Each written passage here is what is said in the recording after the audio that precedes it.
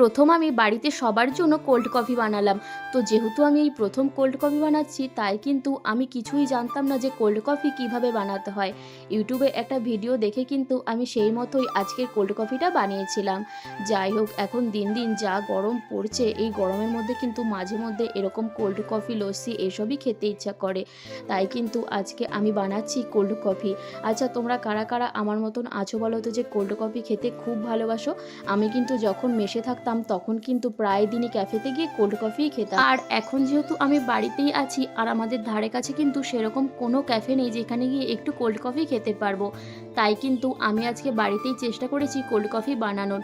সেরকম কিন্তু কোনো ঝামেলাই নেই, জাস্ট দুধ আর কফি আর একটু ভ্যানিলা এসেন্স দিয়ে কিন্তু জাস্ট মিক্সিতে মিক্স করে নেওয়া, তাহলেই কিন্তু তোমাদের কোল্ড কফি রেডি হয়ে যাবে। তোমরাও যদি এই গরমে এরকম নিজেদের মন আর মাথা ঠান্ডা রাখতে চাও, তাহলে কিন্তু অবশ্যই এটা ট্রাই করো। আর ট্রাই করে নিজেদের মন আর মাথা ঠান্ডা হয়েছে নাকি কমেন্ট করতে একদমই ভুলবে না। আমি তো এখন মাঝে মধ্যেই ট্রাই করব। এদিকে যেহেতু কোল্ড কফি হয়ে গেছে, তাই ভাবলাম যে ওপর দিয়ে একটু কফি পাউডার ছিটিয়ে দিই, তাহলে কিন্তু টেস্টটাও একটু ভালো হবে। চলো, কোল্ড কফি তো আমার রেডি হয়ে গেছে। এরপর আমি নিজে বানিয়েছি, সবার প্রথম আগে নিজে টেস্ট করে দেখি যে কেমন হয়েছে। আর সত্যি বলতে আমি বানিয়েছি বলে নয়, এই প্রথম কোল্ড কফি বানিয়েও কিন্তু টেস্টটা অসাধারণ ছিল। এদিকে আমার তো টেস্ট করা হয়ে গেছে, এরপর কিন্তু আমি আমার ভাগ্নিকে দিয়ে বললাম যে কেমন হয়েছে। দেখো ওর রিয়াকশানটা জাস্ট একবার দেখো। টাটা সবাইকে।